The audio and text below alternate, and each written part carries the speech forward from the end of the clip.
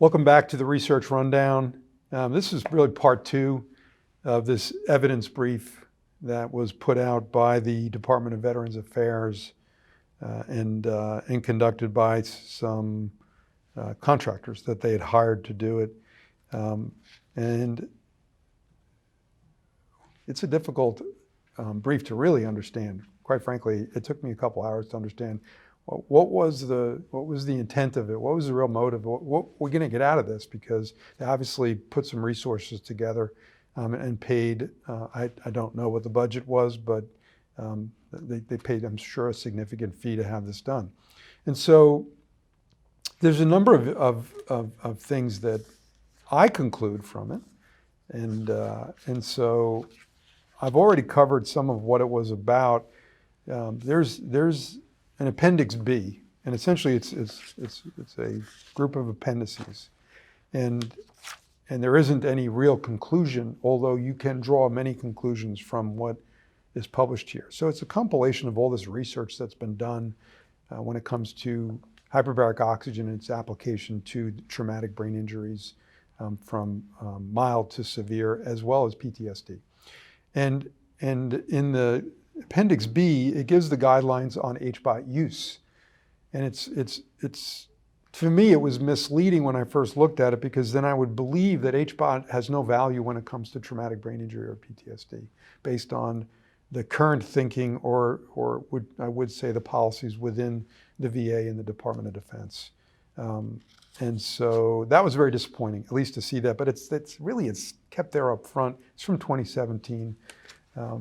So when you look at the guidelines, don't be misled by that. Then we go to the appendix that has all these excluded studies, and I've looked at a number of these studies, and some of them will be covered in the research rundowns. The reason they're excluded, to me, is very gray. Like, it doesn't make a lot of sense why they would exclude this. There's good information here. The analogy that I'd like to present is simple, and that is that if we have a wound and blood is gushing out of us, if you've taken any type of first aid courses and you come across somebody and you don't know exactly what has happened to them, they're unconscious, the first thing you do is you look for where's the blood coming from, and you stop the bleeding. To me, this research and brain injuries and the inflammation that occurs from an impact on the brain is a liken to that. It's like, how did we do research on should we stop you from bleeding? Okay, so I'm sure that trial and error showed stop the bleeding first, because you can fix something else, but if they bleed out, they're dead. So there's no value in that. When it comes to oxygen in the brain, a couple of things that we've discovered in all of this research is that it's safe and effective. Okay, so it's not going to cause more damage. The other thing that we find out is that in most of these studies, there's nothing negative, it's positive.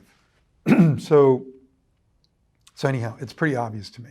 And disappointing that the VA and the DoD are sticking to this narrative. And so in total, there's 118 studies. 103 have been excluded. 15 have been included. Looking through the 103 that have been excluded, it's very disappointing, because there's some really good studies there that should be included. But let me jump into the whole issue of risk of bias. And so of the 15 that were selected, they've evaluated risk of bias. And in my opinion, I'm looking at risk of bias, and there's only one study that has a low risk of bias across the board. And if you look at who's doing that study, that tells you everything. One thing I'd like to point about that, the one that has low all the way across the board, is they spend some time here talking about the sham. The sham is the difference between getting a hyperbaric oxygen treatment and not getting it. In their opinion, what is the sham? It's kind of like a placebo. You're getting a new drug they're testing, and they give you a sugar pill or some pill that has no taste whatsoever, so that you swallow it and you don't know whether you're getting this medication or not. when you look at hyperbaric oxygen, to me, there is only one sham or one sort of placebo, and that is not doing hyperbaric oxygen or just following standard of care. Because if we have 1,000 people that don't get better and slowly get better over time, and we have 1,000 people that get better in a short period of time, I think it's pretty clear that there's a benefit to whatever that is that you're doing. And that's just common sense. And so in this sham, for the one that has very low risk of bias, their sham is something that, this is really a first time for me. It's interesting. They're doing 2 atmospheres with half the amount of normal oxygen at 10.5%. That is a completely different therapy. Like, that's their sham. Well, clearly you're driving oxygen into the blood plasma. And so that's going further deeper to your organs. You're going to get a benefit from that. And so the reason that this study is inconclusive is because everybody gets better. Oh, that's a problem. Don't do it because everybody gets better, and that's the sham. So to me, in this case, it's not a sham, it's a scam. And it's the only one with low bias. And out of the 15, there are so many unclear or high probability of bias. So that's not